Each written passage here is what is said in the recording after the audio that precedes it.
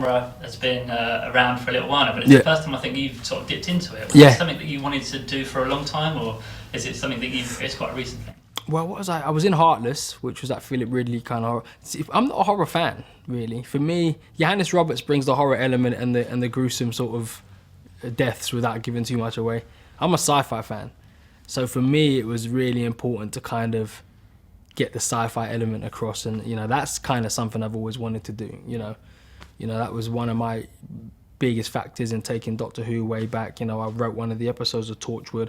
I'm a big sci-fi fan, so for me, I've always wanted to do a sci-fi film. So, I'm really proud of this one. Nice. So did you struggle while writing it for the horror elements, or did that bit come easy? No, because I just, wrote the script how it was. Obviously, Johannes did a director's pass. I got two proteges that I kind of batted back and forth with as well, that they've all got credit. But no, when I was writing it originally, it was just always sci-fi wrote it. What he's done is he's added, in terms of the the deaths and stuff, he's added that sort of horror element for the horror fans to come in and be like, oh man, this is cool.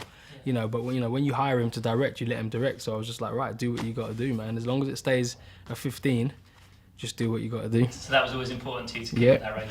I always kind of make all my films that age group. I don't think I'm a 12A guy or under. But an 18 is just kind of pointless. You lose so much audience.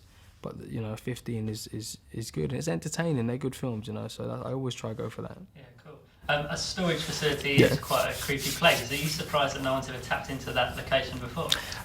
Kind of, yeah. But I mean, I guess it's like, I don't know why they haven't. And when I came up with the idea, it was because I'd been to a few and just like, this is quite freaky, And originally I had an idea for a serial killer. But I mean, what a boring poster that would have been, if it was some crazy guy that lived in there. But when I kind of thought, alien, it just kind of went from there, and then and here we are.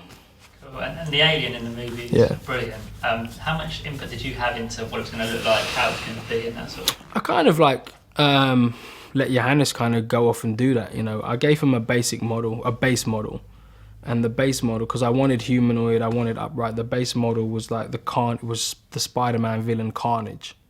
I'm a big comic book fan. I like Marvel was particularly DC too, but. Carnage is a Spider-Man villain, and I was like, that's your basic sort of thing. Don't plagiarize or copy that. Go off and do something, And he went off and and made what he designed, and I would get the picture sent and go, no, I like that bit, take that bit, and collectively we came up with this one. Awesome. What was it like having this guy? Because he was that really tall. It's a big creature, and it's not all CG. It's there's a guy in a suit on stilts. So how was that sort of on him? Well, I mean, the thing about it is, it's like in the darkness when you're on set, it looked awesome. You're like, this looks really good, man, and stuff. And obviously when we put the CGI, but you get those moments in the day, because we filmed this in like July, August. You get those moments when he came out, took the head off, and he came out and he was in the sunlight, where you look at the suit and you all look at each other like, oh God, what are we doing? This looks dreadful because it's in broad daylight. It's like a Star Wars moment, it was like Ewoks from... you're kind of like, oh no, what are we doing, man?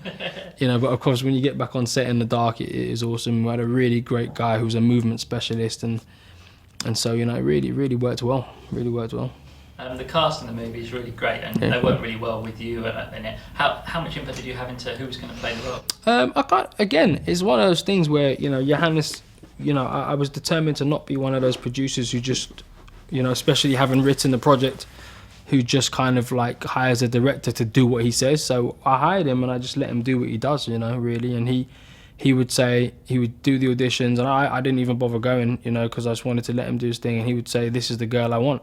And then I would look at the final tapes and go, yeah, fine, And I think there was only one time where it came down to two people and he couldn't decide, and so I picked the last person. But I just let him do what he wanted to do, man. You got to give the guy freedom. You hired him to do a job, you let him do the job. Yeah, and why was it that you hired him specifically to do it? Because I kind of like, originally I was going to do it, and then I kind of thought like, as a production company, and as a person, it's better to not, it's not better to not just have this ego of having to do everything, or being, wanting to do everything. So I thought that, we had a couple of, it was like, I could direct this and then we'd get one film done, or I could sort of step back and we could get more films done.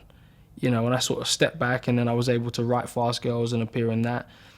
We did this with Johannes, and we did a rom-com with a guy called Jesse Lawrence called The Knot, which is out in October. Yeah, that's where I was on set. Yeah, oh man, it's funny, which is out in October. And Johannes did a film called F, which is set in a school and has it's really sterile environment, but he still makes it look good.